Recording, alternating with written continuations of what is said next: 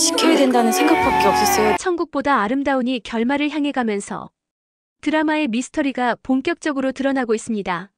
오늘은 강정구 형사의 정체, 해숙과 낙준의 과거, 그리고 소미가 해숙의 젊은 영혼이라는 새로운 해석까지 모든 단서를 종합해 깊이 있게 분석해봅니다.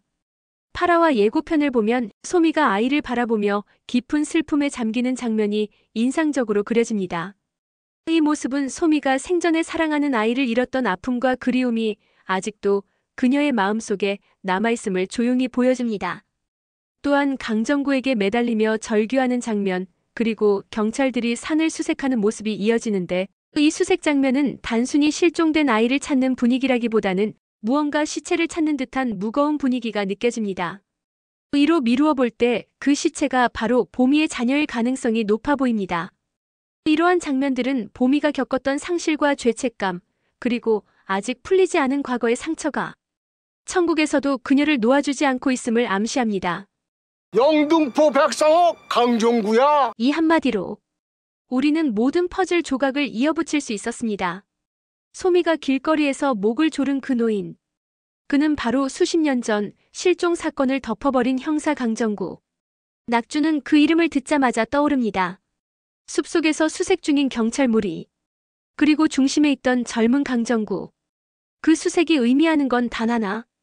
죽은 아이를 찾기 위한 수색. 하지만 아이는 끝내 발견되지 않았고 사건은 묻혔습니다. 그때의 절망과 분노, 그리고 죄책감이 소미라는 존재를 만들어낸 겁니다. 강정구 형사가 바로 소미의 기억 속 하와이안 셔츠 남자와 동일 인물이라는 사실이 명확해졌습니다. 낙준은 과거를 보는 안경을 쓰고 집요하게 강정구를 찾고 강정구의 이름만 들어도 분노를 터뜨립니다. 예고편에서 낙준이 강정구를 화난 목소리로 부르고 강정구가 비웃는 표정으로 담배를 건네는 장면은 두 사람이 단순한 남이 아니라 깊은 원한과 복잡한 사건으로 얽힌 사이라는 걸 보여줍니다. 내용으로 보면 해숙과 낙준에게는 젊은 시절 아들이 있었습니다. 어느 날 시어머니와 함께 있던 아이는 길을 잃었고 엄마가 혹시 길을 잃으면 교회 앞에서 기다리면 엄마가 찾으러 올 거야 라는 말을 믿고 교회 앞에서 엄마를 기다립니다. 하지만 엄마는 아이 실종 신고를 하고 아이를 찾으러 다니지만 결국 찾지 못합니다. 아들도 눈앞에 보이는 교회에서 엄마를 기다리지만 추운 겨울 싸늘하게 죽음을 맞이하게 됩니다. 이 사건은 단순한 실종이 아니라 강정구 형사가 담당했던 사건이기도 합니다. 하지만 강정구는 제대로 수사하지 않고 대충 정리해버린 것으로 보입니다. 아들을 잃고 사건이 제대로 해결되지 않고 미제로 끝나버리자 낙준은 진실을 밝히기 위해 집요하게 파헤치기 시작합니다. 이 과정에서 강정구 형사와 마찰이 생기고 어떠한 이유에서인지 사건을 알아가는 과정에 낙준은 사고를 당합니다. 이 모든 충격과 비극이 한꺼번에 닥치면서 해숙은 결국 기억을 봉인해버립니다.